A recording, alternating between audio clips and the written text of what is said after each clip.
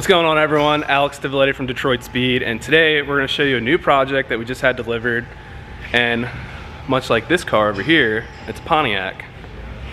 So it's a 1969 GTO, and we're going to have Matt Butts, our project lead, walk around the car with me, and we'll kind of talk about it, what we're going to do, and what we're starting with. Like Alex said, 69 GTO just showed up.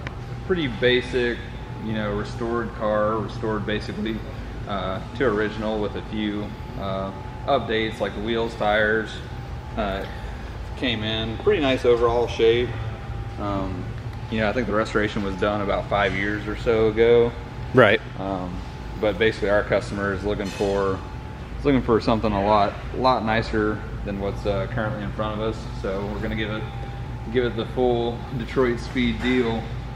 Yeah, I mean, the car is in great shape, and you know, most people, you know, they always make comments when we bring in a new build like, oh, it's such a nice car, why are you gonna tear it up? The cleaner the starter, the better the project's gonna be in the long run. It makes things easier for us. So Absolutely. And this car is in, you know, it's in great shape. I know the place he had purchased the car from, they said they had done quarters and floor pans, but like most projects, we're gonna go ahead and blast the car and really figure out what we're working with. But what are some of the plans, some little details that we're going to do with it? So I mean, it's going to be a full build, so it'll get basically any of our suspension parts. Up front will be the X-Gen 595 universal subframe.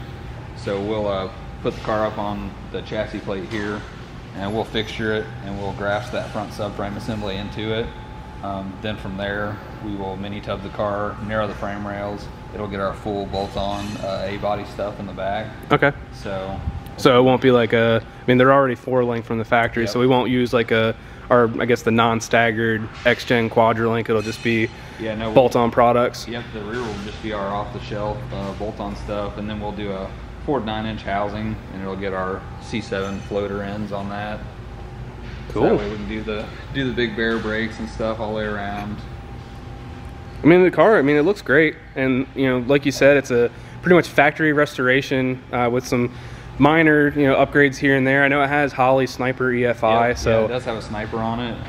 It runs super well. We've had it in storage for the last probably 4 months or so, just waiting for the spot to open up here in the shop. And man, go over and hook the battery up, and it fired right up. So perfect. The drivability of it's really nice. Let's pop the hood too and see what's going on, because I know it's got a 400 Pontiac motor in it. Like we said, you know, Holley EFI. But other than that, I mean, it's pretty much stock.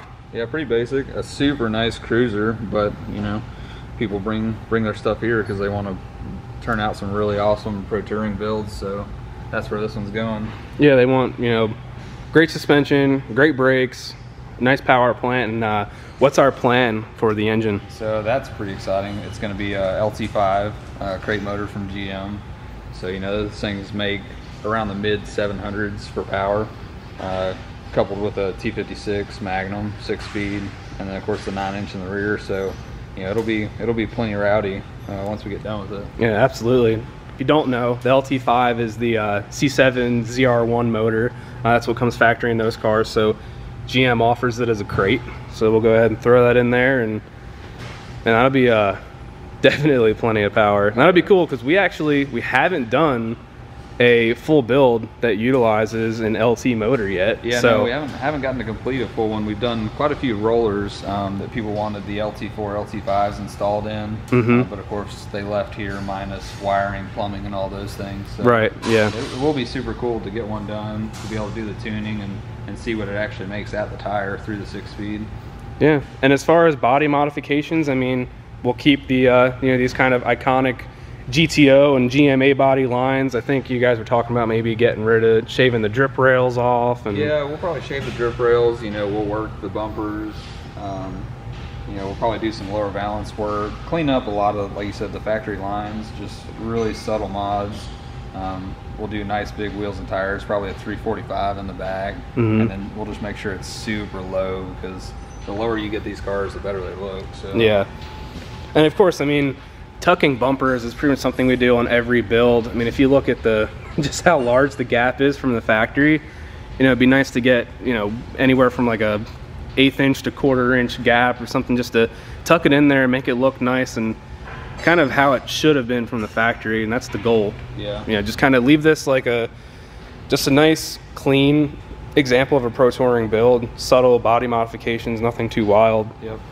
It'll get a spoiler. We'll do a cut down spoiler, and also customer really wants the hood tag, so that's cool. We'll put that back on there, and there's even talks of possibly flush mounting the glass. We're not 100% on that, but you know, it's just one of those things that really clean up the lines on these old cars. It is in really nice shape. We'll talk about the interior too. I was surprised that the interior is extremely clean as well. Yeah, overall it's in really nice shape, so a lot of good stuff to start with for sure.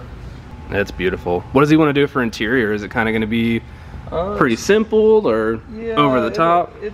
It's kind of a midway. You know, he definitely likes the overall stock appearance as far as dash, console, seats, and things of that nature.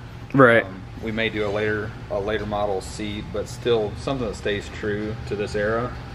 And then so as far as colors go, we're pretty sure the exterior color is going to be a root beer kind of brown metallic. Okay. I mean, we have renderings over there, so we'll walk over and talk about that. And actually, while we're on that subject, we had one of our friends that we kind of met through Instagram. His name's Ross Prokop. We always wanted to do one of those 3D, you know, walk around renderings where you can hear the car run as well. So I'll drop that in right now and you guys can check that out.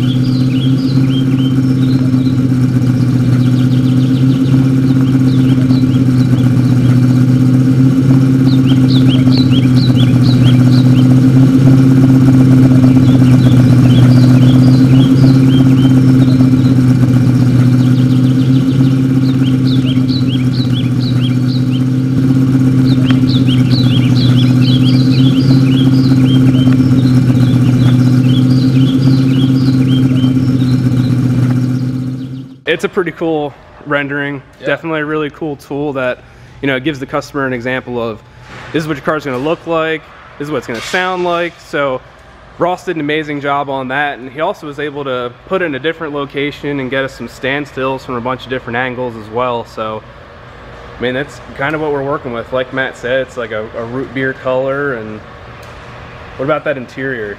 So one of the options for interior colors, again, not nailed down yet, but it will be some sort of two-tone, possibly like a cream and mocha. You know, gonna stick with the browns and beiges, and then it'll be an HRE wheel on the exterior and a gold finish. So we're gonna kind of tie together the browns and the golds and stuff like that. So it's gonna make for a really cool package said and done. Yeah, and I think that's awesome too, because you know, a lot of the stuff we've been doing recently, it's been blacks and blue and just like it seems like it's been the same color over and over. So it'd be cool to do something a little different. And I'm a sucker for brown personally, because you put, you know, just a little bit of a flake in it and it really makes it pop. So yeah, it'll get rid of the pea green, and yeah, it'll be really cool. I'm excited about it. And since we are in the shop, we're not going to fire it up, but I did do an actual walk around video before we brought the car in here, so I'll drop that in right now. You guys can, you know, get a better idea of what the car sounds like currently, and then of course, you know, we'll swap it over to an LT5. So kind of envision more of a slight upgrade. Yeah, just a slight upgrade, going from Pontiac 400 to supercharged LT5 out of a ZR1. But like I said, I'll drop that video real quick and you guys can see that.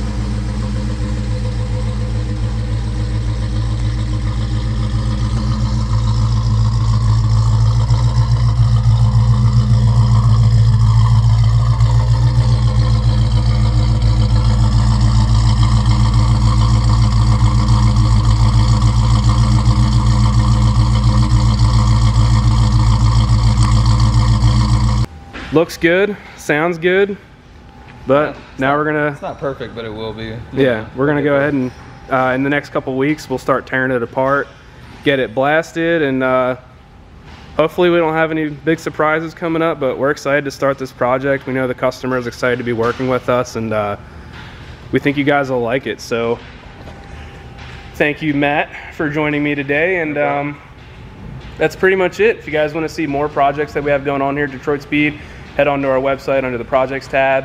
We have a lot of cool stuff going on, and we'll keep you updated on this car. So thanks for tuning in.